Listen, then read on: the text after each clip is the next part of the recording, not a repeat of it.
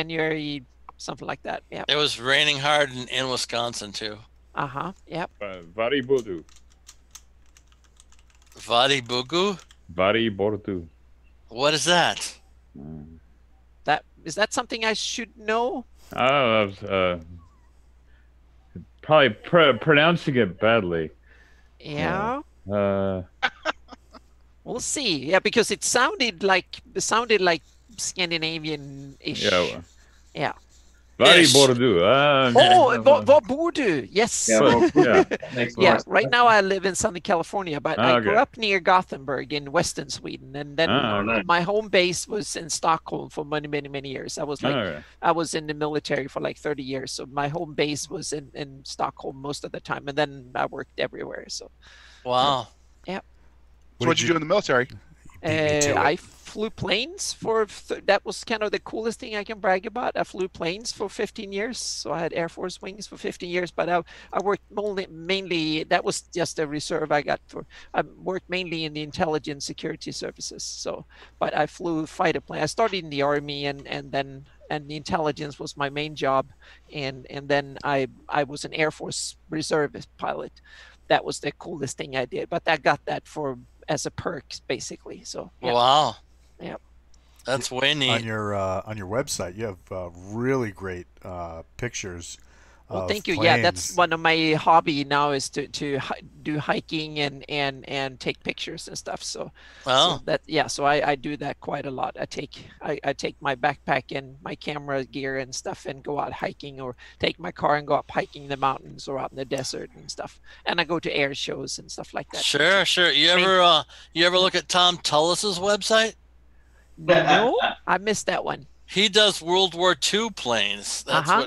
That's Yeah, what his I've hobby is. Yeah, I've gone to Chino is one of the Chino and Duxford in England, and Chino are the two best World War II or warbird air shows in the world. So Oh, so wow. I've been to Duxford many, many times before when I Mhm. lived in Europe, and Mhm. and now I'm going to Chino, so it's kind of cool. Yeah. What, you what kind of been- planes were you flying? I flew the Jas 39 Griffin, so Mm. Gripen, so that was the new Swedish sub fighter. Yeah. So did you ever see the Confederate Air Force in action? They've renamed recently, but it's the largest collection of historic planes, and it I've has the, seen them many, many times. Yep. Mhm. apparently they're the largest Air Force in the world. Well, it depends on how you count it. Well, they count everything they've got that goes in the air as one of their planes, and when you factor Yeah. that all in, Yeah, well, they're probably the biggest collector of warbirds. Yeah. I think the old machine factory in England, Duxford, is big too. They have like 200 or something like that. Yeah. Oh, wow. Yeah, so they are big too, but but it depends on how they count, because that's how many they have under their wings is probably even more, because it's a company that restores old warplanes for others, so to speak. So I think they Uh-huh. count everyone that they have available to Yeah, go to air shows. okay. Is how they count it. Yeah, So that way they get larger Yeah, number. so then they're probably bigger, but those are the two biggest ones. And over in Chino, they have a whole bunch of them, but they owned individually. All the rich people in the LA area and San Diego area and stuff, they base, most of them have their planes based in Chino, Oh, because fun. you have free airspace. It's close to LA, and it's also close to G Air, or like free uncontrolled airspace, so you can fly and have some fun. And they often do that. I live in the perfect spot here, because we are the closest you can be to the LA area and still have some free air up to, what is it, like 18,000 feet or something. Oh So wow! I remember the first week I lived here, I saw during the day I was like two P-51s, and then the evening was a Spitfire flew past. I was like, Oh, yes, I that's live in the right Oh, spot. neat. Yeah, that's way fun. Yeah, way so fun. that was kind of fun. That's So, kind of. so I was Walt, go- are we up and running, buddy? oh yeah, we've been live for like 3 minutes. Okay, Okay, very cool. good. Yeah, I see the recording button here. So yeah. Yeah, the what do you call it? That's kind of where I got the idea for your character to come in, because you know, the only interaction other than our brief chats on Facebook here and there was seeing you on these streams, and you're always playing these different characters, and then you had this great bio on your website, and you were talking about how like you like to range and take pictures, and you're striving to be good, but you're always chaotic. I'm like, oh my god, chaotic good ranger. This is perfect. There we go. The perfect. Yeah, it's so funny. I always I put in say that I have diplomacy and skills in flying dragons, because that was one of the planes that I flew back in the day. Oh yeah. and that's so awesome. it's kind of funny, and I have degree in international relations and stuff, so I've studied that, so I have those two skills. and skills with putting arrows in your allies' back. Yes, that too. I've done that many times. Yep. Yeah. So is Wordna, but he doesn't like talking about it. That is part of the initiation to join the Doomseekers, is you have to shoot your allies at least once. At least once. Yep. You get to keep on giving. Yes. Why do you think we all had health potions? Yeah, Except really. me. Everyone except me had health So- potions because I didn't covered. need it. We've kind of started a new thing now that I'm really liking of everybody saying something they did good and everybody saying something they did bad. Yeah, and Okay, so- you'll get into this because you're familiar with AAR structure for military recaps and debriefs. So it's we basically take 3 things we did right, 3 things we did wrong. Okay, That way we kind of circle back around to the game and hopefully not get blown up again, JR. Yeah, You right. have to do So- after action reports. And Yep. and these guys are all much better at this than I am. So I do one thing that I did right and one thing that I did wrong. And I'm very sorry that I blew you all up. Is that what you're going to tell us now, that you did that wrong I- afterwards? There wasn't really any other way I could do it, because Okay. Gary taught me that when a magic weapon breaks the interdimensional barrier on a bag of holding, for our place it was a portable hole, then there's a nuclear-sized explosion in the area. So I really didn't have a choice when good old RJ tossed that But weapon if it's down that nuke, bed. then bag of holding should be something really nasty, because otherwise you will blow up a whole damn city. Yeah, exactly right. So Luckily we that were was, in that cave. yeah, Yeah. really, that was a big hole there. That might have actually made it worse, because then the whole damn mountain would have flown in various Yeah, really. directions. Yeah, really. So, yeah. And I'm thinking in the future we can use that strategically. No. Do you know how hard it is to get a bag of holding? I know. Well, We yeah, had you put the, backpacks and holding. yeah. And then I came really close to killing you all normally, which was very, very pleasant for me, I have to tell you. And I bet the crowd went wild, didn't they, Walt? They were very excited. Well, they were excited after the fact. In the first few minutes, they were like, "Wait, are they dead?" I was kind of worried when you introduced 50 orcs, and Oh, then you yeah. had them all run away. So then it was like, Well, okay, you killed their leaders, so that they didn't make their morale save. yeah. So, Wordna, did you fabricate our wish? Yeah, or No, equivalent? that's called homework. I remember I stepped out of this event that we were Okay. directly into campaign. So Yeah. I've had 30 minutes to shovel food down my throat and answer questions for the guild members who start tomorrow morning. So All right. it's a busy day. Okay. Well, you do have a wish, so we'll see how it works out. We'll see how it works out. We'll have So- to decide what I want to wish for. So, JR, what'd you do right and wrong?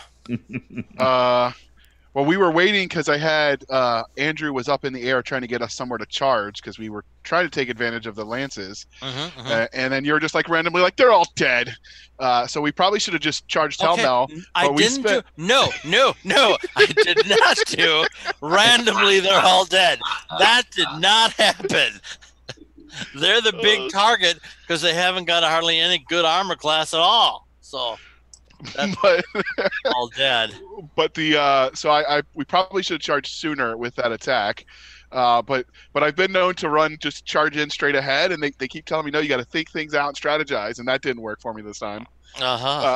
So I guess that would be one of the things wrong. And then I had thought when we put the sword in the bag of holding, we put weapons in there, we've put magic items in there because we put the teak magic box that we gave to the Black Wizard. Yes. So it didn't occur to me that magic weapons, which have gone in there, would be a problem. Magic weapons have not gone in those bags. So our challenge, JR, is that the stuff we put in have been bodies. He's warned us the 3 times we tried to put blades or sharp objects in there. So he gave us sort of our Jeopardy warning buzz.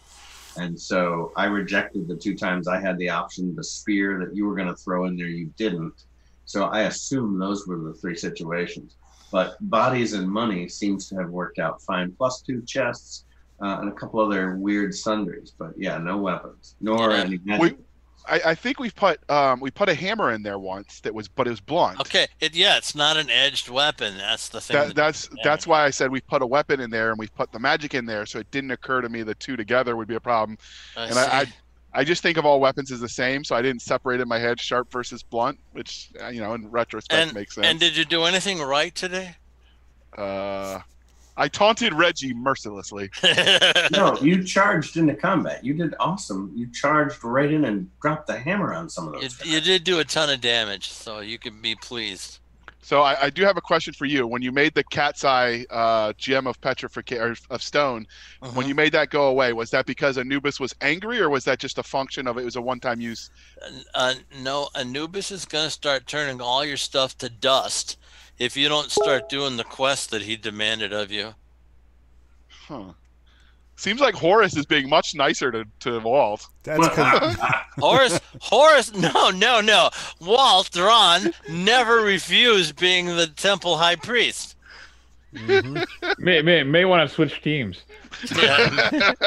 Yeah, okay, but that's going to be dangerous for him too. So he doesn't really have enough choice. Well, I think that Andrew did some awesome work with the wizard being out solo by himself and kind of made the story move forward and kind of did things without getting killed. That was kind of right and kind of wrong. He was about to be attacked by 4 wraiths.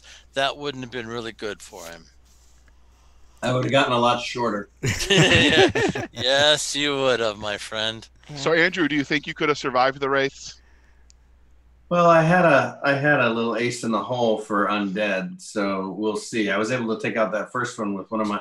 The problem was I was chewing through my spells like a cokehead, and so I burned out almost all my good stuff. I was down to 3 personal spells, and then I had some of the scrolls, but I saved those for the worst emergencies, which this was. This was a much tougher engagement than we signed up for, so that was good. Yeah. I was about to whip out the tiger, so I still had that as an ace in the hole. We have that second familiar that I'm carrying around, and I was going to deploy him if I couldn't hunt down the trolls. Fortunately, Jim's saves were not good tonight, so that. Oh my God! I missed millions of them. I can't believe it. I was hoping to get a shot. The one spell I saved was Thunderlance because I was hoping if I could see the drums, I had a shot to take them out again like the last 2 times. But Sure, I understand. What? And I was smart to not go after that stupid dragon with the gold pile, which I really wanted to look at. I'm glad I didn't do that. He's going to want to look at you too. So I assume we're going to be able to go back, assuming that we get our lives back. Yeah, it all depends on how the wish gets done. Yeah. So what was the other weapons? I don't remember. I remember the sword because that was the one that caused all the problems. Dagger? There's a dagger and there's a hammer. So if I had grabbed the hammer and tried the same trick, would have been fine. Would have been fine. This is what I get for trying to show Reggie with my hold the beer moment. Yeah. You were trying to be nice to him because he wanted the holy sword really bad. It's fun because I have a couple of friends in the D&D community and guys who've been gaming since the 70s, and they do third-party products and stuff. And I got the question, is he new? And a couple of them are soldiers, so I get the dude. If that dude doesn't do push-ups for that one, you're wrong. Who's the boot? Yeah, who's the boot? Yeah, really. That's funny. What about John? What'd you do good and bad, buddy? I took some flack from the chat for a little bit, but it wasn't something I did right. It was that I don't think I was explaining it well, because we all knew what was going on. But the chat, I think, was a little in the dark about it. After that initial battle with how many push-ups did you do for that, Sergeant Handley? Captain Kilgosha says in the chat. Hey, welcome aboard, everybody. Thanks for coming out. I appreciate it. So after the battle, Dron was running back and forth. I also took some crap for his name today. It was like, really? Yeah, it was like, dude, it's John with a D in front instead of a J. You can't make it any easier. And then when we had that like side mission game that we did, JR kept calling him Dro and kept dropping the N off. So I actually named the thief Dro so that he wouldn't have to worry about it. I see. So, but after that initial battle with all the trolls in the cave and stuff like that, they what do you call it? I started going back and forth and giving healing potions and stuff, and people were like, "What is with the guy of ultimate healing? Like, where are all these spells coming from?"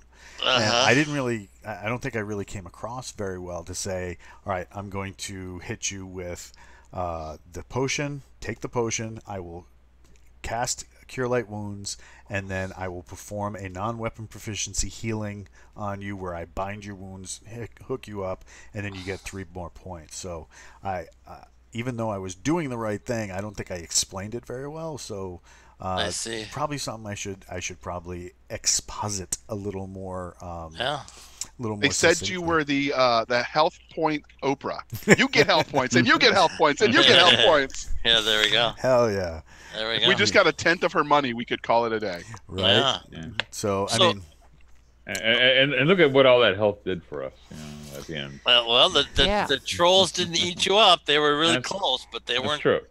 Didn't do a good enough job. Anna, what about you? What'd you do good and bad? Bad one is obvious. I shot one of the party members. You shot JR? That was Wait a totally minute. cool. This is the wrong kind of party for that to be a bad thing. You're fine. Move on. Oh, okay. Well, then I don't know what the hell I did bad if that is not bad. But one, I didn't made sure that I had healing potions and I had enough gold that I could buy a bunch of them, and I didn't. That was one stupid mistake. I should have had my equipment ready and made. And then I think I was standing back a bit too much. I should probably have been in the front lines a bit more. Well, the other thing too is you had a bow, so you could have been leveling more shots on target, giving. Yeah, I tried to, but it's that's also one thing that is kind of when you do theater of the mind compared to when you do miniatures. Yeah, miniatures and stuff. It's kind of hard. It's in theater of mind. It's sometimes easier to do because you can just ask like, okay, am I in range, and then you just shoot. And but when you do miniatures, then you have encounters usually starts when you're so close that the bow is kind of useless. Yes, exactly. That's the so it depends a bit because most DMs they kind of, but the ambush is a factor when you come close to the enemy. That's when the action starts, when the encounter starts. Yeah. So then bows usually becomes kind of obsolete or redundant very quickly. So I have a question. I have a question for you, James. Yes, if she had said, I'm going to shimmy up this tree to this high branch so I get elevated, and then I'm shooting at a downward arc and I'm less likely to miss, would you have let that happen? Absolutely. Oh, cool. Would she get any kind of bonus to her aim? Because when you're hiring at an elevation at larger targets? She'd actually get a -1 on her aim.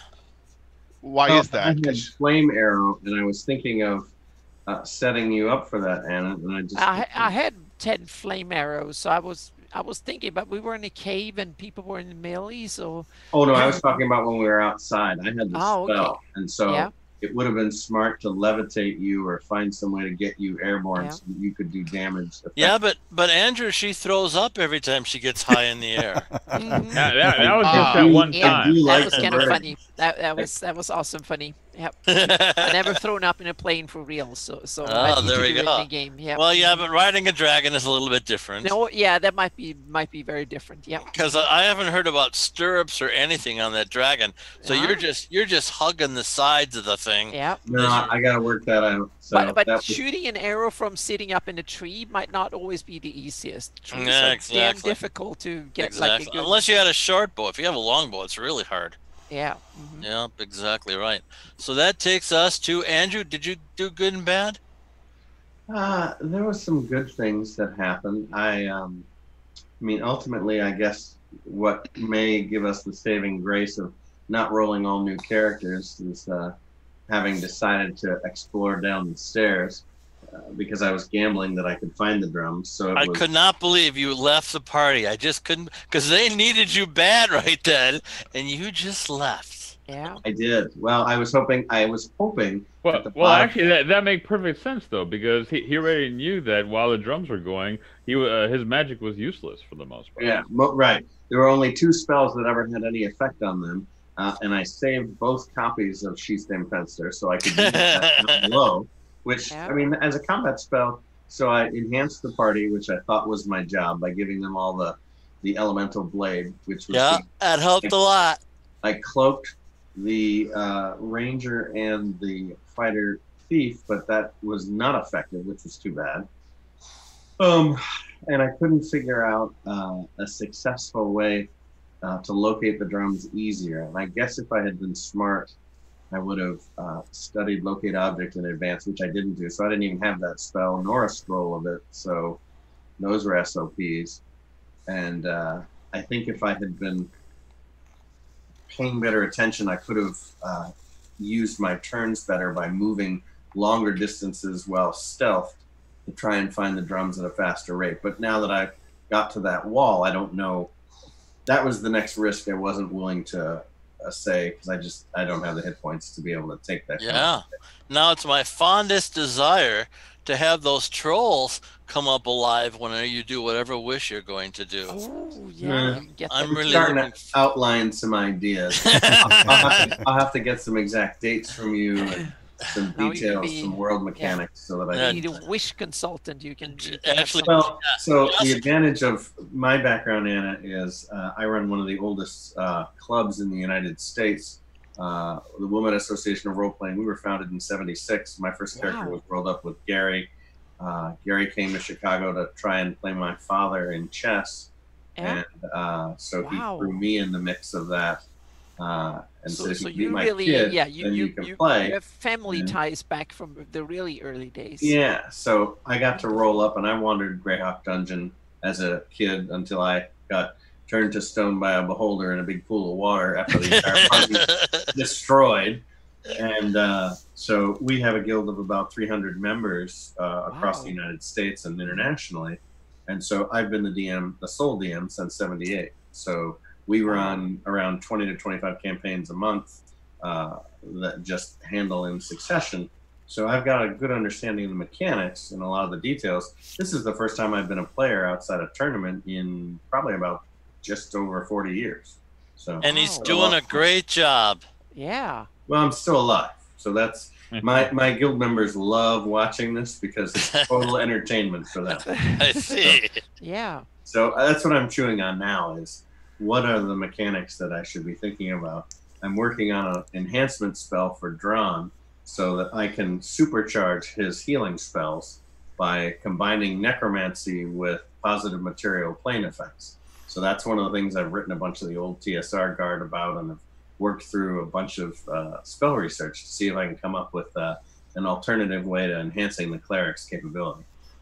And you know, As a the, other, magic. the other side, if that doesn't work, I can just always raise dead.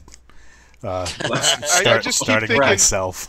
I So- keep thinking as a someone serving Anubis, I should be able to raise my dead followers up and have them keep fighting. You know, No, I would that- think so- so too, except Anubis doesn't like you for some reason, JR. Yeah. Well, and that's less an Anubis thing, JR, than a Osiris thing. So Ah. Osiris, as the god of the dead, was really his paladins usually had that kind of a juice, whereas that wasn't Anubis's thing. He was busy consecrating and sending those guys to the end. to Judgment Day. So they just have different. I mean, there's 3 gods who work in that sector. Set being the last, who were on his shit list already. So we've got enough. We don't make many friends. So I was thinking, one thing Walt we should do is, now that I've got the inn up and running, we should ask the audience for menu suggestions. Yeah. Well, you know, That's a great idea. they just released the D&D cookbook the other day. Did Yeah, they I saw really? some screenshots on that. Oh, On wow. A lot Yeah. of places are doing, like World of Warcraft did a cookbook too. It seems like the thing that everyone's doing is they're releasing their own cookbooks, which is kind of cool. Yeah. Cool. I've seen several D&D themed cookbook being released over the past couple of years, and now there's an official one coming out. So it's Yeah. The Hey, coolest Walt- thing I think I ever saw after leaving the Dungeon Hobby Shop, and I don't know whose house it was in Geneva, this woman made meatloaf-shaped rats that were filled with cheese inside and had spaghetti for the tail. Oh It my was the God. funniest Wow. thing I ever saw. Wow. It tasted so damn good. And she sent me that recipe on AOL in 1989 I or see. 1990, and I still have it somewhere. Uh-huh. So I'll look on the chat right now and see if I can send it to you guys. Hey, Walt, are you drawing a picture tonight? So far, hold on, let me switch screens so that everybody can see it. See this marvelous illustration. There we go. So far we have. We have nothing. We have a guy with no face. Well, You have an android, is what you have there. You gotta give me a second. Is that promising, Levi? very promising. Or me? I don't know yet. I'll let you know when it works out. Uh-huh. So we've got to get Michael to do his good and the bad, because then I have some map Yeah. questions for Anna while we've got her here. Okay, very good. So, well- Michael, what you got, buddy? Yeah. Well, my bad is definitely realizing a little too late that my attacks on the trolls were completely and utterly ineffective. Don't so, you hate that? So I got to go figure. So I guess in that case, I do have a +1 quarterstaff that I could have switched to. Yes, yes. You know, but Andrew, maybe you know off the top of your head, when do I get the ability to hit things that require a magical item? You know, as a when you can hit things, Yeah. in that 13th level. Okay, so that'd be a while. 13th level. Yeah. Wow. You know how many tests you're going to have at the dojo before that happens? And how many times we're going to die and be resurrected by wishes? Uh, You you know, know, you guys had a second wish somewhere, didn't you? we did the genie, The genie, that's how we Oh, got that's right, over the- to the island. The genie left, yeah. and he got fried. Actually, it might be Master of Winter. Hang on one sec. I'll look that up for you, Levi. I'm not So- 100% sure anymore, Michael. So the chat wants to know, James, if this means that our horses will no longer be eaten by trolls. No, that doesn't mean that at all, because there's lots of other things that eat horses. If you leave them unattended, they're going to get nailed. Yeah, it goes badly. Yeah, there's a lot of monster manual entries saying that they love horse. Oh yeah, hippogriffs really love horses, Yeah. and they're in the mountains about 10 miles away. And Yeah. robbers, they really love horses, and they hang around the ruins all over the place. So Yeah. So Anna, for someone who's new to mapping, because yours is very interactive and tech heavy, for Yeah. someone who's just getting into cartography and might want to make their own starting map that's just starting that, what programs do you recommend? There is a bunch of new cool tools coming out. One, if you want just something cheap that works, kind of can do a little bit of everything. Otherworld Mapper is an interesting alternative that costs like $50 or something. It's not a subscription, and it works on Mac and Windows, I think. That's an interesting thing that is fairly easy to use and fairly robust, so to speak, meaning it has a bunch of functions and stuff. So that's something that you can use for overland maps and a little bit of dungeon maps and cities and stuff. It's not too advanced, but on the other hand, it's not that expensive. Then you have the big gorilla when it comes to it is fantasy, or the campaign cartographer and all the tools from I forgot the name now. It's British company. So what'd you call the first one again? What was it? It's Otherworld Mapper. Otherworld. Yeah. Mm-hmm. It's I actually I used when I was doing for some book writing stuff, I used Fractal Mapper, but Yeah. it gets to be a pain. I mean, it's really simplistic. The Yep. maps are good for personal use, but they're not so great that you'd want to share them. No, Um, that's the and yeah. and then when you're doing the world conversions, if you want it to be accurate and you're trying to use it to calculate distance, Yeah. the formulas you have to create for yourself get really, really bad. Yeah. And But another oh, I sorry, was go just ahead. saying, so we bought CC3, Mm-hmm. but man, the learning curve for that one's kind of steep. Oh yeah, that's a program based in CAD software. So if you don't like the CAD approach, then Ah. they're not for you. So it's not the one who wants to paint and artistic, so to speak. It's for the more engineer-minded, so to speak. If you come from the world of engineering, I think the CC3 is like it's we excellent. all do, Anna.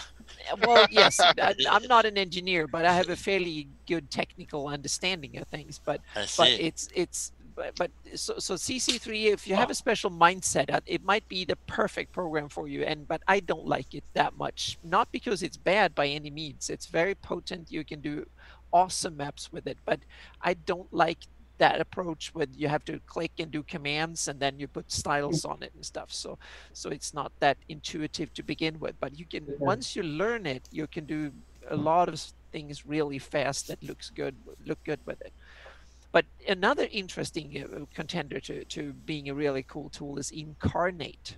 Oh yeah. It's something that it's kind of limited in what styles you can work with, but if you like the styles they have, it's probably the coolest tool on the market, because you can really do fantastic looking city maps, overland maps and stuff that looks like, yeah, they simply look awesome. And I think the guys behind it are the ones that did the graphics and stuff for Diablo, Okay. the computer game. Yeah, and they're Nice. based across the hills from me, so they're very close.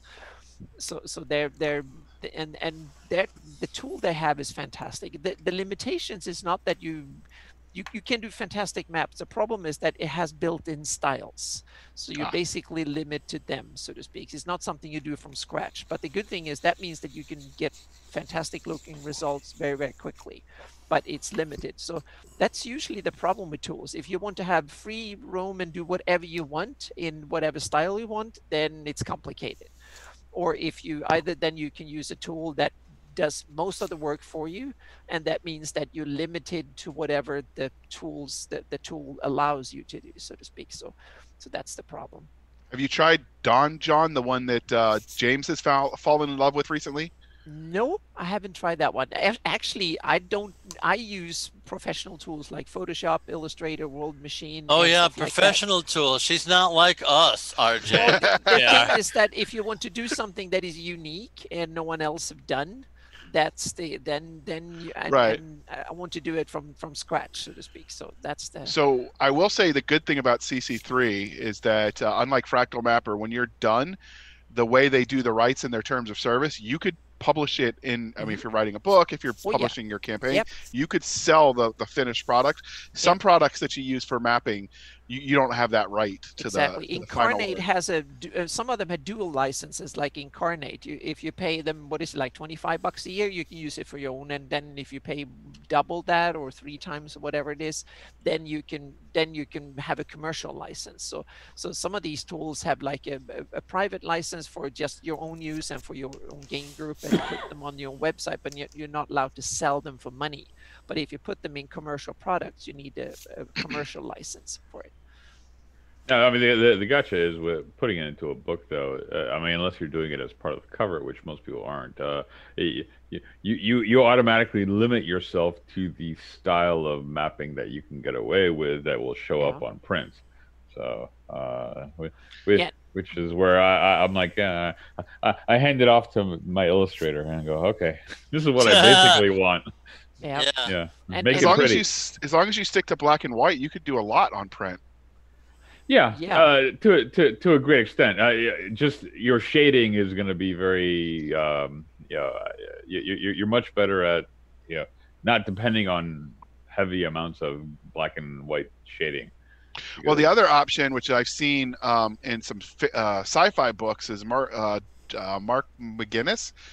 He's got a 3-name thing, but he's done the Junkyard Spaceship series. But one of the things he did in his, which would work really great in fantasy if you were doing for the ebook, he had a really simple map, but then there was a hyperlink where you could go to a website that it was like a massive thing, and so you could get away with that because of technology. Because in a print book, you could potentially do a fold out for some of the great old classic fantasy had those great maps when you sort of fold out that first page. But that's a real pain to do, though. Yeah. As an indie publisher. Yeah. And prints, you have to really make sure that the quality or the resolution and the quality is good enough, because print then requires way higher than if you do it for web or PDF or something like that. So print requires at least twice the resolution usually. Otherwise, it will look blocky and the quality is not good enough. Yeah, anything web you can get away with 150 dpi or less. Oh, yeah, exactly. Dot per but inch. Print you want 300 300 or at higher. least. Yeah, 600 is often good to work with in order to get Really? quality. Oh yeah. Yep. And then for God's sakes, I mean, God forbid you have a machine that can't run it, and then you're trying to produce something and then putting it in layout programs. Oh my God, these massive images, 25, 30, 40 megabytes just for the one image. And then you put them in where text and special formatting have already been applied, and you watch machines freeze up. I mean, luckily, one of my students, my longtime student, is a computer engineer, and he says, because I don't charge him, he says, you're never going to pay for a computer. So he builds my systems for what I need it for, which is fantastic because I never have to worry about stuff seizing. The only downside is every once in a while I have to let him punch me in the face. And you say some of the files I'm working on are 80 to 90 gigabyte in size. Oh my! Wow. Yep. Damn. That's a big file. Yep. So I just found the rat on a stick meatloaf. It's an ancient Judges Guild recipe, and it's identical to the one that used to circle all over AOL in the early 90s. Wow. So we have a question from chat. Captain Kilgosha wants to know, since all the characters are dead, what about Werdna saving the wish and everyone else gets a redo and starts fresh and rolls new characters? Yeah. I've thought about that. I kind of get the opinion that my good friend Nick Cole would not like that. It's less about who would like it than what's going to happen. yeah, right. Well, as it is, did you ever figure out how much XP that you ended up getting? No, he hasn't counted for me. I'm not even doing it until after the wish. No, the adventure, as per the rules, the adventure is linked. So okay, that'd be a lot of work for me that I don't need to do. No. I know. Yeah, well, just the trolls alone are like gigantic. Wow. Yep. Yeah, it's a big payday. It is a big payday. Plus all of those items. Oh my goodness. You can do reincarnate, and there will be a whole party of weird things coming. Yeah. That's true. That's again, true. I really think Nick wants to come something. back as Prometheus. I don't think he wants to come back as his twin brother. I'm curious to see whether he lets me come back after that one. Yeah, really. Yeah, that's 21,000 experience points just in trolls alone. Holy Jesus. I know. Yeah, that'll be interesting. How many XP? What'd you say? 21,000 just from trolls. Nice. Wow. Then you've got to make it through the dojo stages. So even if you jumped up 12 levels. Yeah. Well, yeah. That's okay. My next level, I'm like 40K away. It's a huge bump between. And your next level is the first one of individual combat. So. No, he's already done 2 individual combats. No, he's doing the monastery ones. Now he's got to go after and find the individuals who actually own the titles. Oh yeah, but a couple of those live in Crimson Hawk. They're local. So yeah, so those will be easy beatings. But I'll look up the pluses thing because I have to remember where that is, Michael. I'm pretty sure his next battle is at -2 per roll. That's no fun. That's life. maybe he can get a priest to bless him or something. Who knows? Right. You got really dark fast. We got friends with a high priest. Yeah. That's true. Yeah. We've got buddies who are high priests, and You know, we were. Well, you guys have buddies who are high priests. Yeah, exactly. You know, we were instrumental in getting him in there. You know, he could end up just throwing "Hasta lasagna, don't get any Anya" to us, and not having to worry about that wish. Just bring us back. I don't think that's happening. Well, we haven't asked him yet. But doesn't he need a body? No, not with a wish. no. Oh, I was gonna say. I thought Walt was talking about. Yeah, like raised dead or something. Like that. Resurrection or something. Yeah, okay, yeah. There's no bodies for the raised dead. Right. Yeah. All I've got are parts.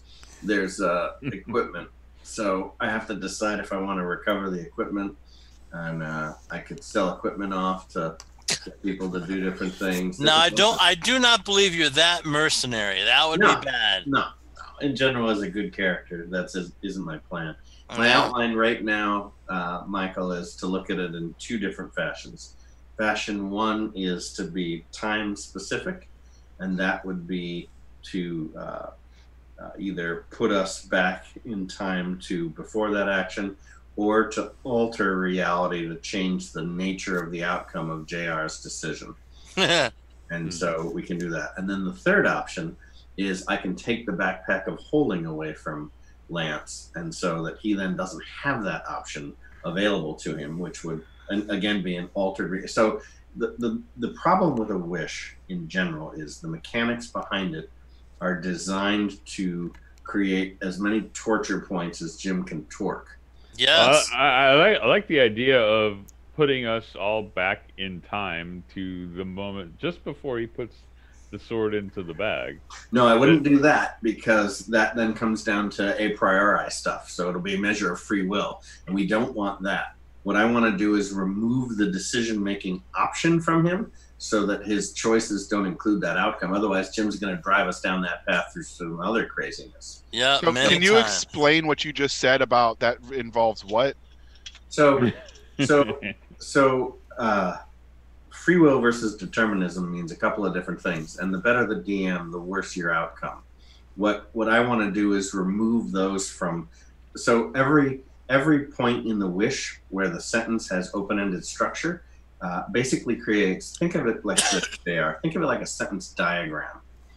What we're going to be asking for adds lines to the diagram as variables of probability. So my secret sauce will be to remove those probabilities from being possibilities or outcomes. And we can do that with a wish is basically taking reality and driving it in a different direction, removing opportunity, or adding in divine intervention stuff. The more things we do, the less likely it'll be a satisfying outcome. So the easiest things for me to do would be to say, you don't have the bag of holding when we leave town. Why is that one an okay one? Because at no other point during the adventure do you use your bag of holding. Therefore, the outcome would be very unlikely to happen, other than you would come up with the great idea, hey, I'm going to try and rope these weapons up and drag them behind me. Dragging them behind you is not hurting anyone. Or you might go back and get your bag of holding because you forgot it. Or he might force you to say, oh, you didn't get it, and you feel a sudden need that you want it, and so then we march back to town, and that kills that whole wish. Or somewhat, yeah, we wake up and bag of holding has been stolen somehow, and we don't know where it went, and yeah, don't give him ideas, Michael. Jeez. No, that would be a good idea, though. I mean, because we don't need it. Yeah, because at the end of the day, the whole idea is the way we word this either benefits us or benefits James. You know, so like, I'm already benefited. I blew you all up. So like if you say not even taking it out of context a little bit and just kind of so that it makes more sense to somebody who's not D&D savvy, and doesn't have destructo DMs, looking over a table, you say, I want to be rich, right? And, so I wish I was rich. And you're rich for all of 30 seconds until you're arrested for embezzlement and then thrown in jail. Yeah, you were rich. but or rich can be quantified in many different ways speculatively. The one-eyed man in the kingdom of the blind is the most wealthy person there because he can see. Or you're placed in a vat of vanilla pudding, and you're quite a rich dessert at that point. Yeah. Yeah, we're very unlikely to be successful by adding in a lot of variables, and so the easiest thing from a deterministic standpoint is to make a pathway that has a slight hiccup in the time stream that isn't requiring divine intervention at a high level. The more things we ask of the gods or alter the reality, the angrier they'll get. So here's a question then. So what about if the wish was we started off with the bag of holding stolen, we looked for it, couldn't find whoever had stolen it. We went on the adventure, and the current time is fast forwarded to right after we'd killed all the rest of the trolls in that room. So the danger of something like that for us is going to be that now Jim has all this awesome extra meat to work at with what actually happened to the bag of holding, and we're going to wind up stuffed inside of it and then blown out the other side. It's going to be horrible. And I will be changing every single one of Lance's 2-hit rolls because he doesn't have a backpack on. Right. So his influence has changed. I'm trying to look at the lowest impact to the encounter. So right now, other than that situation, we were sort of edging out on top. We had control over most of the monsters, and most of the things were dead. And if I wasn't stupid and continued down that path, but actually ran back, there would be a good chance that we could walk away. And so my goal is probably to walk away. So we can do that one of two ways. I can either wish you back right to the Red Dragon Inn and say, I wish all my companions alive at this time, at this place, according to all the mechanics. And with knowledge of what happened, with no knowledge of what happened, that's one way to do it. Very complicated to get all the parameters to fit. Or the other option is we can return to real time and try and change a single element and see if we can hard track. So if we are on a railroad track where we follow a direct path, we have a better chance of achieving the same outcome. If we are on a freeway in California with 10 lanes and we have to change all those variables, we're going to get hit by a bus.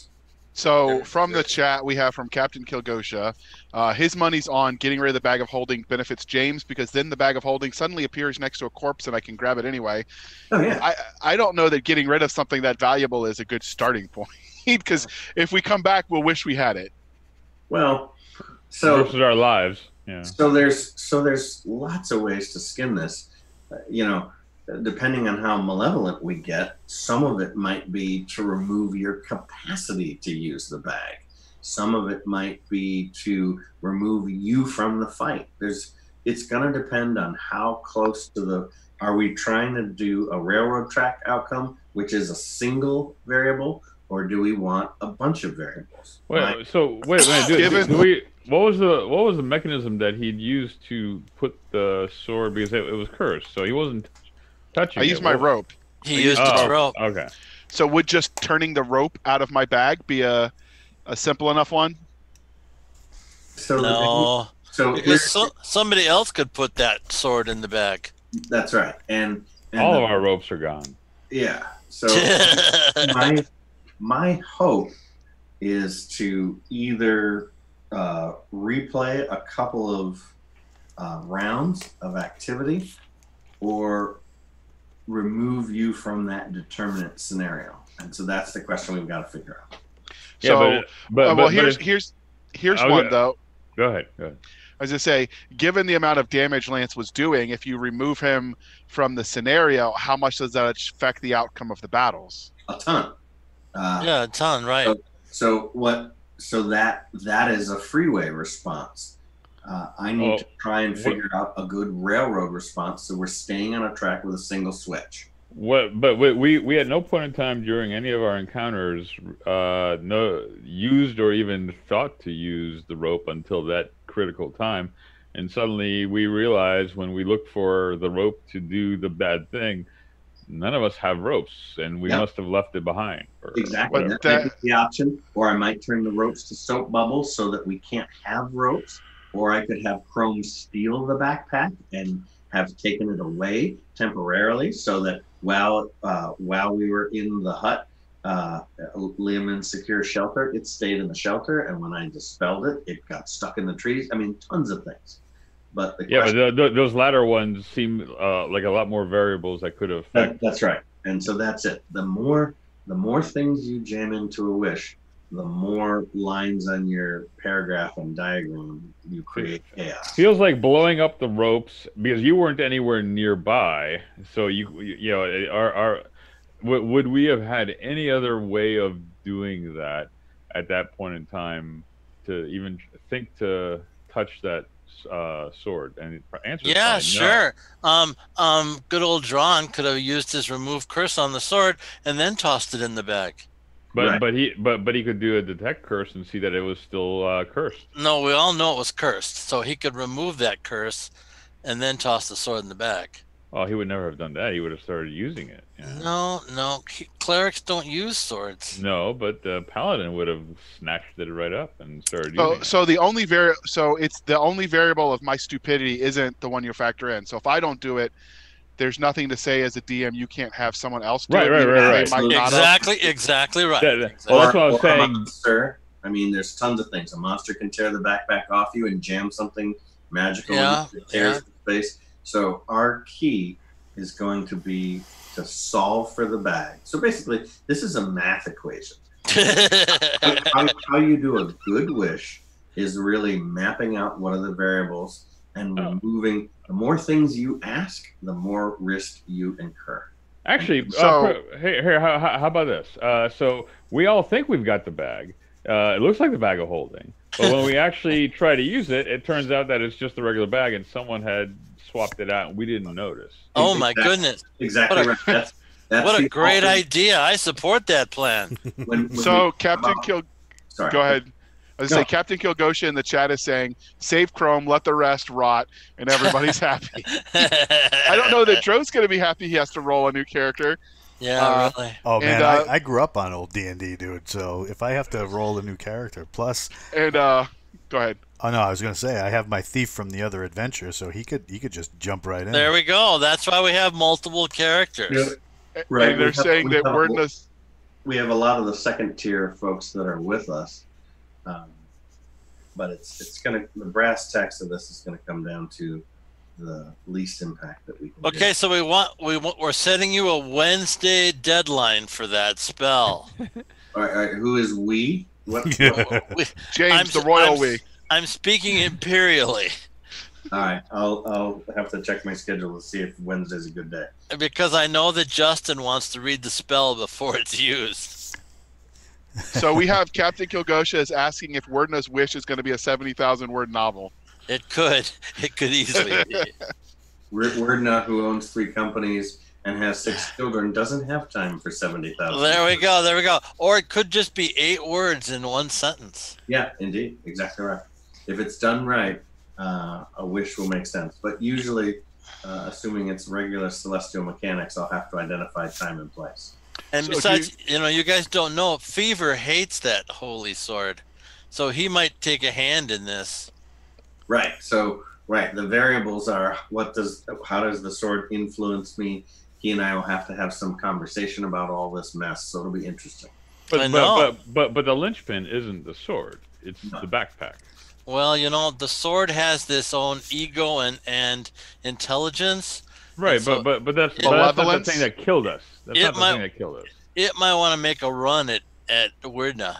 Probably not, considering I have triple its capacity. So I I'm not know afraid of that's kind of the sad part, but it still might do it anyway, hoping you have a low saving throw.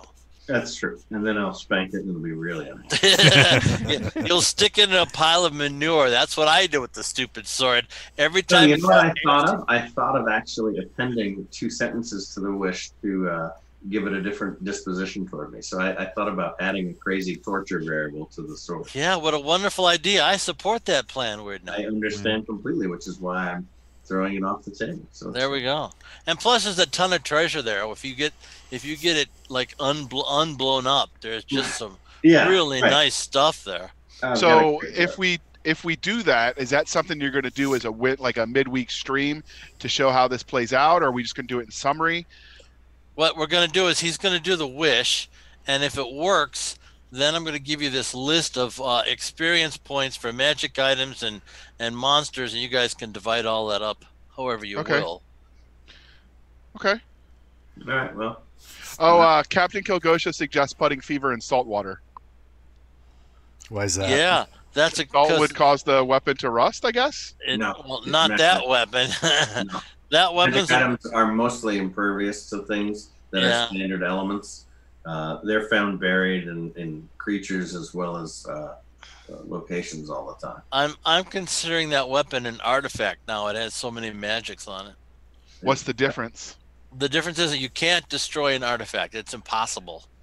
They usually come with a single way to take them out of the universe, and that is an epic type quest. Yeah. So throw the ring into the ball of fire. Yes, exactly right. The fire of Tiamat against the gates of hell, all sorts of crazy stuff. All that good stuff, yeah. All right, thank you, Captain Kilgosha, for reminding me that word is a volcano. I have word aphasia, so sometimes because of the head injury, I get words mixed up, so I end up just describing the thing instead of naming the thing. Oh well, that works just fine. So.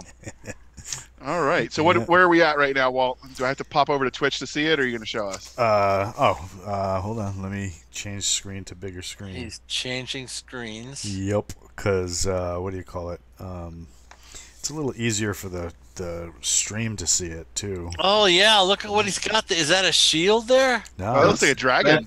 That's Razor. He has a pet dragon. Oh, nice. Yeah. So nice. The chat is always asking about merchandising with some of these crazy quotes we give in the middle of our sessions.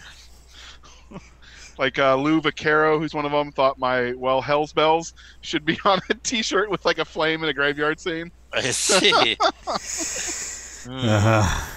Or Nick's famous. That's not how you D&D. That's not how that is becoming a famous phrase used in every game. That's not how you D&D, Josh. That's where it all started. Yep. Don't forget, what do you call it? Is he new? Yeah. Is he new? Yes, exactly. I think the Nixers out there pouting with Nicole is what I think. Captain Kilgosha just scared the crap out of me. All of a sudden, I just heard this applause coming in the background. Aha. That's him stealing the sound effects again? Yeah. Jeez. Yeah, I set it up so that there's tons of stuff. The scary one is that freaking Leroy Jenkins one. Oh my God, the volume on that is so loud. Oh yeah? Yeah, every time it goes off, I feel like I'm gonna need to see a physician about my hearing. So let's hear it. I don't know if you can hear it. We've never heard him. I think it's his computer that hears it. Yeah, it comes through my computer and then it pushes through the stream so that people on Twitch can hear it. Well, you're a smart guy. Why can't we hear it? I'll figure it out. All right, there. I knew that would happen. Let's see. You should get experience points for that. Yeah, really. Well, I tell you what, if I can make it available and everybody can hear it, we don't have to use a wish, right? We can just. Mm-hmm. I'm sorry, that wish is being used one way or another. Yeah, that's my jam. So if you know what he could do? Good old Wordna could take that sword to the Black Wizard and have the wizard bring you all back alive and lose the sword. That'll work. Chrome won't like that. No. Yeah, he'll get over it. It's a gold digging sword anyway. Yeah, really. Try getting the sword back from the Black Wizard. That's amusing.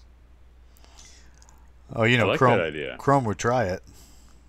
Well, Chrome would lose several times. Chrome is on borrowed time anyway because we've got to go back to hell and get that promise completed. No, he already said that's not going to happen. Oh, he's wrong about that.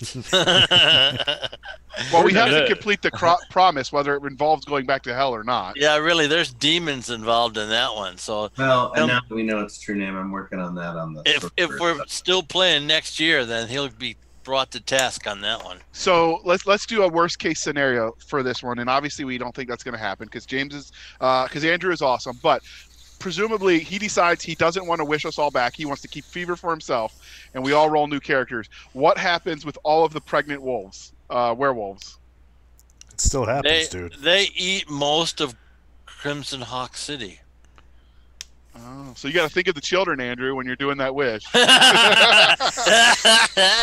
I was thinking I could probably enslave your dogs, so that might be an easier solution. So, Oh, there we go. So did the wolf. Since we didn't say we left her, that meant she was with us. Yeah. I mean, she blew up too. Yes, of course. Okay.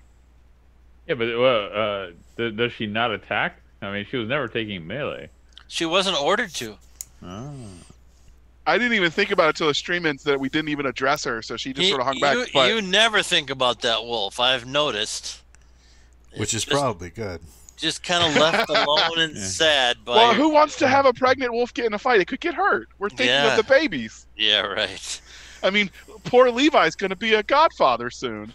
Yeah, exactly right. So does his talk to animals and all of that get better as he levels up his monk? No, it's always good. Okay. But animals aren't intelligent. You don't get good stuff from them, really. Usually, you just get like confusing images. I got to tell Yeah, you. but they should be able to detect, signs of danger or ideas of what may be outside of our visual or Yes, sensory absolutely. But you don't get. Right over there by the stream, there's 11 orcs and 2 trolls. No, you don't get that. perception. You get what's important for them, meaning things that are threat, things that are food, things that are kind of interesting for them. So Well said, Anna. Well said. That's Yeah. exactly. So- I usually get feelings from animals, meaning they get feeling of excitement, fear, and curiosity and stuff like that. Basic Yeah. stuff. So for those of you who've been gaming in RPG fantasy realms for a long time, what were your first fantasy that you read aside from the games? Ooh. Interesting. Token, For me, Edding. that was the only thing that was really readily available back in Sweden when I started. So yeah. Okay. I actually started playing D&D before I read Tolkien. So. Really? Oh, really? Oh Wow. yeah, because I wasn't a fantasy freak at all, and then someone grabbed me and said, "Oh, we need more player for one of my friends." It was a friend of a friend who'd been to, or someone had been to America as a high school exchange student or college exchange student or something, and brought back one D&D early like black box or brown box or something, and we got Uh-huh. a Xerox copy and one set of dice. That was all we had. And Oh, then wow. one of my friends of a friend or something wanted to put up a party, and one of my friends and said, "Oh, we need someone else," and so they came to my house and to our house and started playing and needed young players. So that was more coincidence than anything that I started gaming. It was not something I was interested in, really. So when they said it was knights and elves and trolls and dragons and stuff like that, I was like, what crap is that? I'm not really sure. But I played it. The first time I played, it was like, nah, it didn't seem that interesting and so on. But then I played. They persuaded me a couple of more times, and then I think it was the third or the fourth time, and we had a new DM. That's when I understood what the game was actually about and the potential of it. And then I was hooked. It was like, wow, this is a whole world. You can do a whole world. You can play anything. And so that's when I got hooked. But that was a little bit into it. And then they said, oh, you need to read Tolkien. So I went and borrowed Bilbo, a Swedish translation of Bilbo, and which was not good at all. But I still was kind of interesting, but it was very poorly translated. And then I went to Gothenburg or something, or Stockholm, I forgot where, and bought the pocket edition of Lord of the Rings in English. That's cool. And read it, and that was fantastic. And so I read it through, and then the funny thing was I was going on desert training when I did it, so I'd read it on desert training, and it was so cool because you were supposed to sit go and navigate solely across miles of it was like 30 kilometers or 25 or something like that by yourself, and it took a couple of days. So I actually read Tolkien out in the wild by myself, and it was like going on the journey. It was like Yeah. Mordor. So I Oh, was hooked. nice. So That sounds after great. that, I became a fantasy freak. So Yeah. reading out in the field on maneuvers and stuff, reading fantasy. Then all of a sudden, I was like, yes, I'm completely hooked on it. So That's actually very interesting to me because that you said the translation was terrible oh because yeah, the first one. that's actually my nightmare because I'm doing a lot of stuff in German now Yeah. and for me the nightmare is finding the right narrator that was because it's so easy. Most people don't realize how easy it is to get a narrator who their main job is to narrate, but they're Yeah. narrating not books but menus and stuff like Mhm. that, which is a Yeah. totally different skill set. Yeah. Sure. And I think the problem with Tolkien was that there was no other fantasy. That was the first Yeah. fantasy. So the translator had used old Swedish Nordic folklore in kind of Right. a weird way. So it all went kind of it wasn't and it was really written in Swedish as a book for kids, meaning if you weren't more than Yeah. 10 years old, it was just silly and ridiculous. Okay. And Oh, because the translator thought that, oh, this must be for kids because it's not for something real. So Yeah. that was it. But now they've done a modern translation of it that is way better. So that one is okay, but it's still Hmm. best in English, I think. Yeah. What about you, James? What was your first experience with fantasy reading it? no, that's a good question. I have a funny story. So I saw the Tolkien stuff when it first came out by Ballantine, except I bought them in the reverse order. So Well, I there's no way you saw the first the Bilbo one because that came out in '38. right, So, right. yeah. No, but I read the Return of the King first, and then the Two Towers, and then the Fellowship of the Ring, and oh my goodness, I was so confused. I mean, Yeah. I knew I liked them, but oh gee, it was just too weird for me. But I did a lot of, I did the Worm Ouroboros. There's a couple old fantasy authors that I studied and read when I was in Eddings.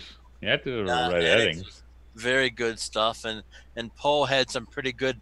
It wasn't fantasy, but it was definitely like horror and macabre. So it was interesting to me for that. So from the chat, we have Grape Ape Texas. I like that name, by the way, Grape Ape. I used to watch that as a kid. But he said the first thing he read was Chronicles of Dragonlance, and it's still his favorite.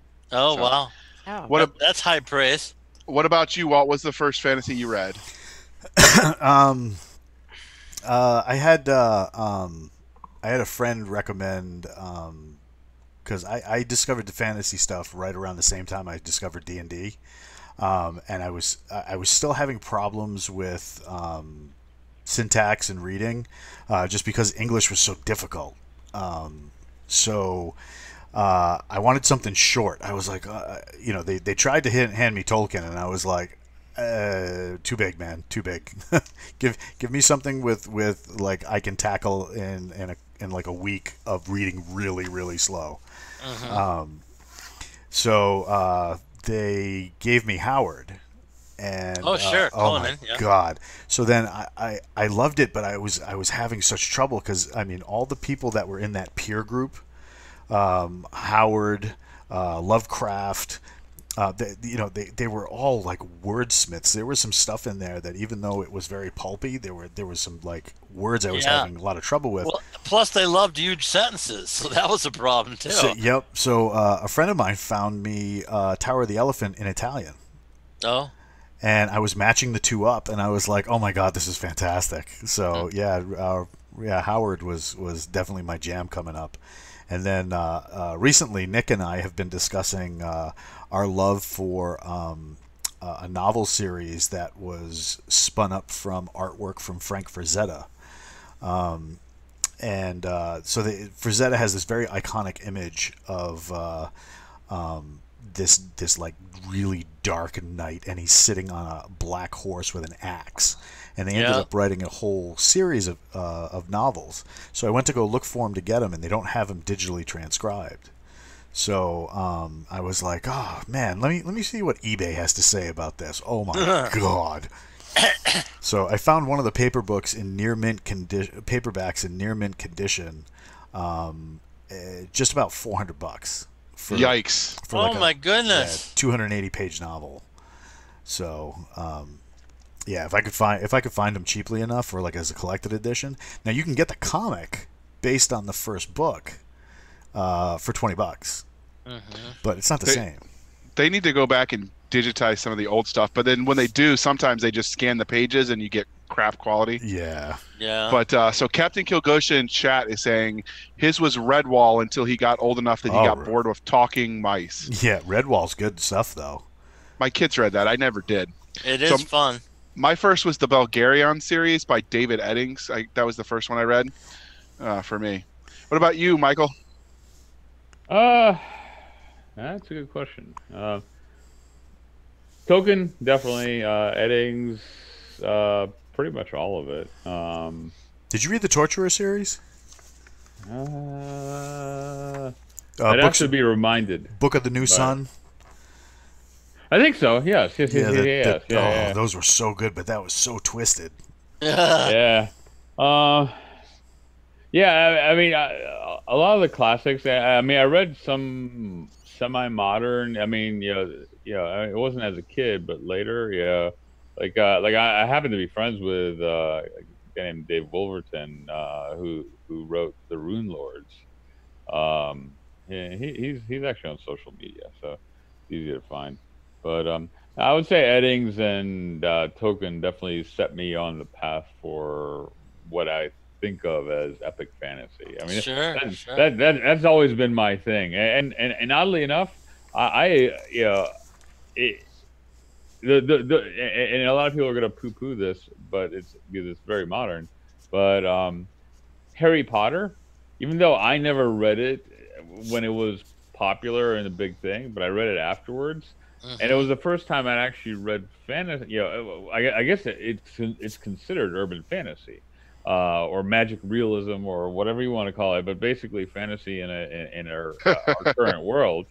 And I'm like, you know what? That's actually I never it because I'd so immersed myself in epic fantasy, in a different world. I'd never really given it much thought to mixing the two together. And I'm like, So we've got Captain Kilgosha, who recommends The Magician by Feist, I think. Oh yeah, Raymond. Raymond. And then he's booing and hissing you for your heresy with a JK. I know. Yeah, she's the richest woman in the world, so I think we can cut her some slack. Author. Yeah. I think Oprah and the lady who now owns half of Amazon, the X, are probably a little. But she's definitely one of the really rich ones. Yes. So, JR, did you tell us your books? Yeah, it was the first one was the Belgarion series by David Eddings. Okay. I got in trouble in the 4th grade for reading Stephen King, which I wasn't even interested in. I never liked his work, but it pissed my teacher off, which sort of served the point. And so she took that book and then bought me the complete set by David Eddings of the Belgarion, and I was hooked. Oh, nice. What about you? I don't think Andrew answered. My dad gave me 10 books to read in 3rd grade. And so I started with Lion, the Witch, and the Wardrobe. Oh, nice. Good stuff. I read those. Then Nesbitt's books, The 5 Children in It, the early 1900 series, 5 Children in It, and then Phoenix, Hobbit, John Carter of Mars, Elric, which has been published very recently, and so that was a very good, and it was the Whelan covers, so I really appreciated those. And of course, 9 Princes in Amber, because my father had a correspondence with Zelazny, and so as they were starting to have conversations, he sent my dad an original copy of 9 Princes. Man, who didn't your dad know? Yeah, I know. I mean, I'm expecting next week, every week, it'll be like, oh, the Sheik. Yeah, my dad knew that guy. Yeah. The Queen Elizabeth and I had a long talk just last month. So Elric is Moorcock, right? Yes. Yeah. Yes, he is. Yeah, one of the Champion Eternals. They were all mixed together. So Elric, then Corum, Hawkmoon, Aircross. Hawkmoon. Holy crap! There's a name I haven't heard in decades. What's Mm. that? I know I read that ages ago. And I think the last one was C.J. Chera, Morgaine series. I was a very yeah. big fan. I remember Gates those. of that Grill and the rest of those. So those are probably the first 10 that I read in the mid-70s. Well, I read before I read the Bulgarian. I did read the King Arthur stuff. I don't know if that qualifies as fantasy or not, since it's kind of. I don't know. I don't know. Kind of fantasy. Yeah. Kind of, it's like- sort of. And wizards and swords and yeah, so that's It's kind like of fantasy. Knights of the Round Table kind of thing. Yeah. I see it as fantasy. Reader's Digest put out some kids' book back in the 80s, and that was one of the ones they did. Really? And now, have you gone back and read Le Mort d'Arthur? No, I have not. Just wondering. No judgment. Captain Kilgosha is saying it's proto-fantasy. That's Proto fantasy. I don't think so. So once I got to school, once you get a little bit older, you're reading everything they tell you have to read, and your free time to read isn't much there. And then I went straight from school to college, and again, you're reading the textbooks that are generally not a lot of fun. And so I didn't. And then I went straight from there to Iraq, so I didn't really have time to read till I got back. And then it was. I don't know. There's something too up close and visceral about fantasy, so I felt safer reading Space Marines when I started reading again. Well, there were different things. I remember when the card catalog classified the fourth book in Amber as fantasy instead of sci-fi. Zelazny was furious about that because he argued that his books were not fantasy books at all, but they were hard science that incorporated elements of altered reality. And so he was furious because fantasy was just getting a name for itself in 80. And so that was a funny thing to see, the change in the card catalog. Most books at the time were still listed under the science fiction category. There hadn't been a fantasy category before. Kids these days will never know the horrors that is the Dewey Decimal System in the card catalog. Sad but true. Sad but true. So if Werdner goes a different way and decides to do away with his troublesome crew and go with some new independent contractors, JR, what would you make? Well, I already have 2 rolled up. So I have the dwarf that went with me into hell, which was a lot of fun to play, and I have the barbarian who was a moron because he rolled like a 5 for intelligence. It was a lot to take in. It was fun, but I think I'd play the dwarf. Doesn't the dwarf have a magic item too? So he's not bad. No, he doesn't. Yeah, he's got the Horn of Valhalla. Is that a one-time use thing? No. No, but you only get one dude out of it. What do you mean? You only get one. You only call up one person. Yeah, because Yes. it's a smaller horn. Yes. But he is a tiny little dwarf, so I guess it makes sense. I guess. There you go. But some of you guys had patrons of the original crew, so you might feel it necessary to get revenge on Werdna if he didn't do something good. That was ominous. How about it, Levi? Michael, who would you grab? What would you roll up? Do you think? When I played ages ago, probably it would be a spellcaster almost certainly. Probably a cleric or a wizard. Okay. What about you? Well, Werdna's not. Walt, what about you? You didn't answer. What would you roll up? I think I'd go for something I've never played in all the years that I've done it, just to say that I've played it, and I think I'd roll a druid. A druid, yeah, fine fellows. Except at low levels, they're really useless. That's why they got you can swing a scimitar or some. They become cool with shapeshift. Yeah. So I've got. But that's 8th level. That takes forever to get to. Captain Kilgosha says an assassin gnome.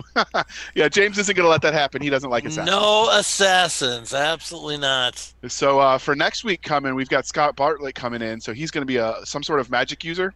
So I'm going to learn all of the magics as I roll his character up, and then Andrew will grace me with his time and fix all of my mistakes probably.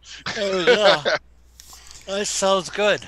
Awesome. So Anna, if you come back, what kind of character do you think you'd like to play for if in the event that your ranger namesake does not get resurrected? I'm thinking something I haven't.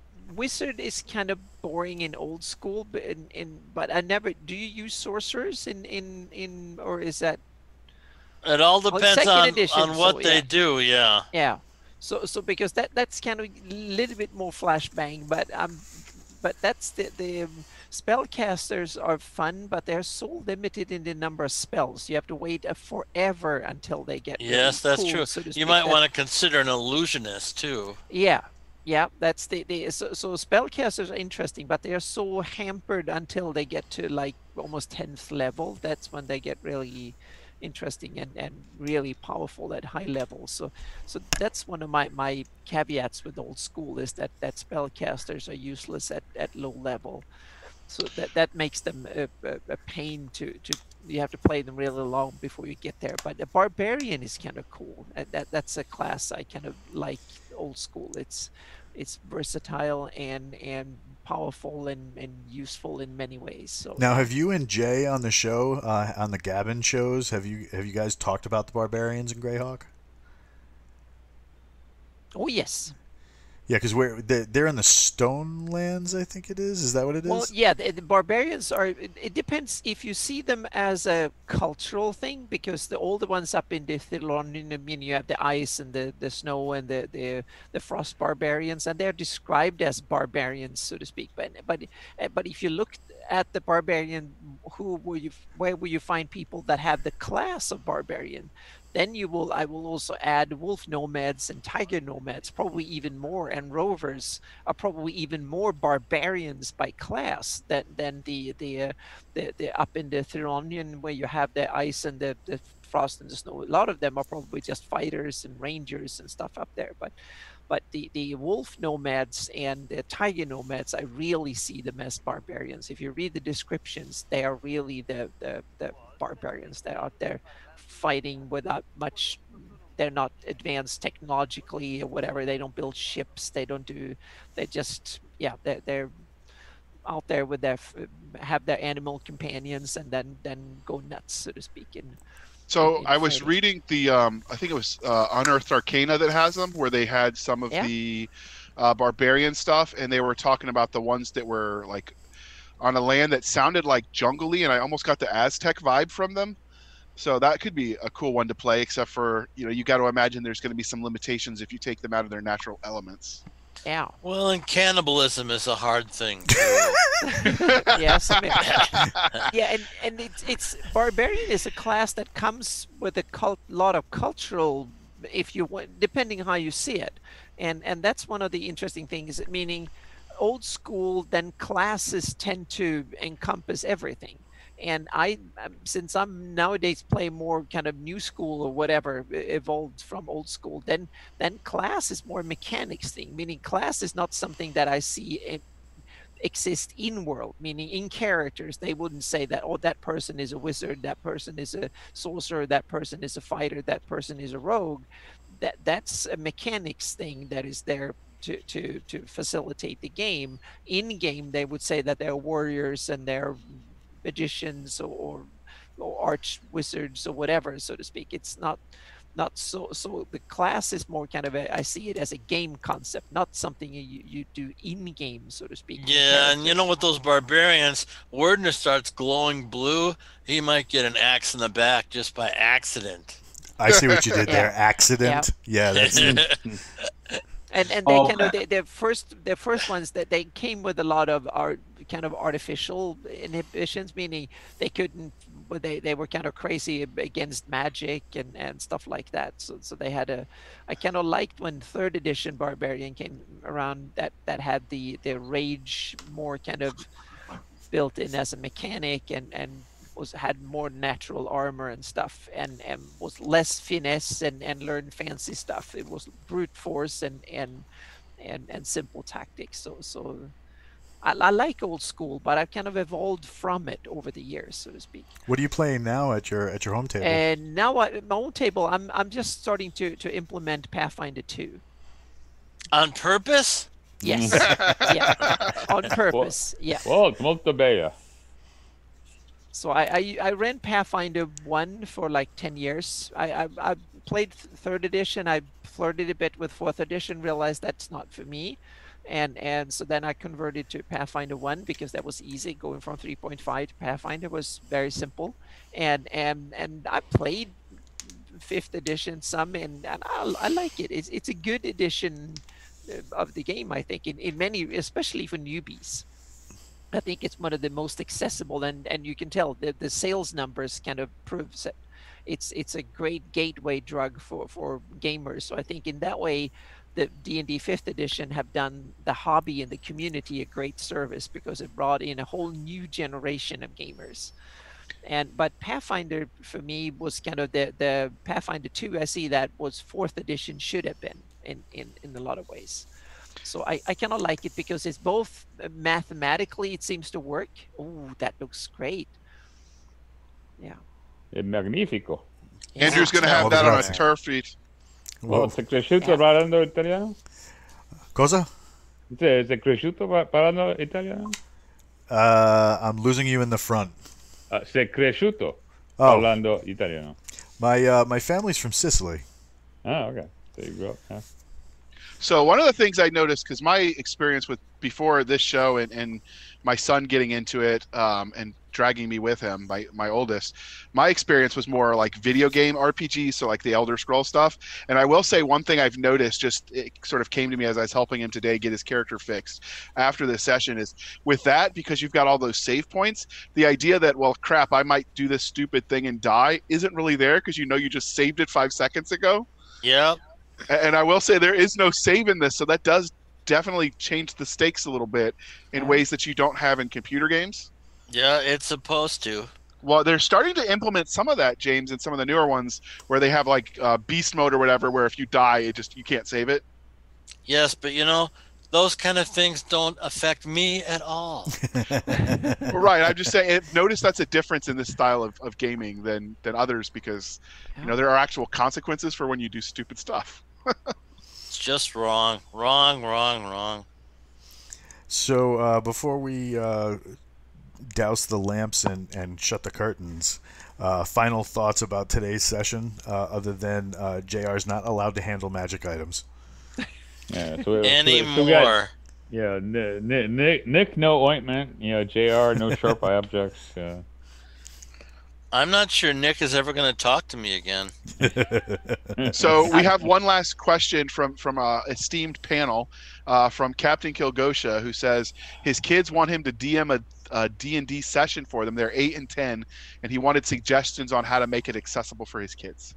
There's a really great So our friends over at Frog God Games, they put out like a white box edition, which was very, very simplified, races class for some things and whatever. But the guy who runs 10 Cars Tavern, he put together a one-page version of that. It fits on the back and front of one like piece of computer paper. It's called Swords of Wizardry Light. It's very easy and quick and whatever, and it's I think it's pay what you want the last time I saw it, but they have an expanded version where it's like a whole 10 pages. Don't get crazy now. Wow, yeah. But it's as far as like easy D&D, I don't know if you can get any easier than that. That sounds pretty easy. Wizards has a basic set that's very good. It's very visual, and the character sheets are already done. It's well worth buying. I think it's like a $30 box. See, I remember back in the day, the things like Pools of Radiance and other, pre-made, sets. I remember them being simple. I just haven't looked at them in decades, so I don't know if they're as simple as I remember them to be. Okay. Are we done there, Walt? I think we've beaten this horse to death. Any parting words from our great subscribers that we love? Let's see. Grape Ape was talking about the D&D Kids version. You know, there's a really great game out there. It's not D&D, but if you want a D&D style experience with that's really kid friendly, there's Hero Kids, and then there's another one called No Thank You Evil, which they're aimed right at that audience. So I mean, Captain Kilgosha, you cannot have a TPK KTF moment in the middle of an AAR.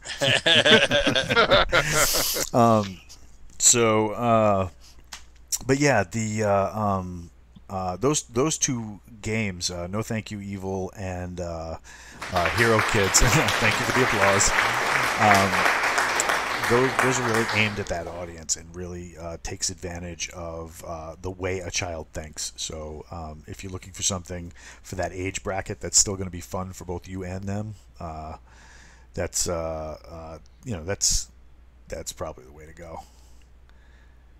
All right. Yeah, with that, hey, thanks for coming out, guys. Really appreciate you guys chatting it up. We know that we need to help Andrew in his quest for the perfect wish.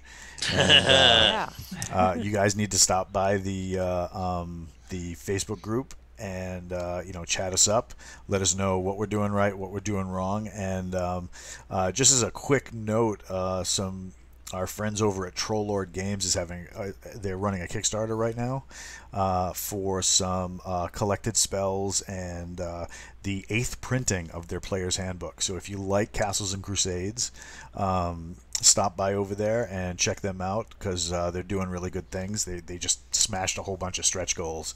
So there's a lot out there that they can definitely benefit from more support. So They make great product. they do make, they do, and Steve Chenault has been tearing up Twitch the last few days. They've run a couple of games. They did. Oh, what do you got there? Tegan Leonard, Oh, nice. a very quality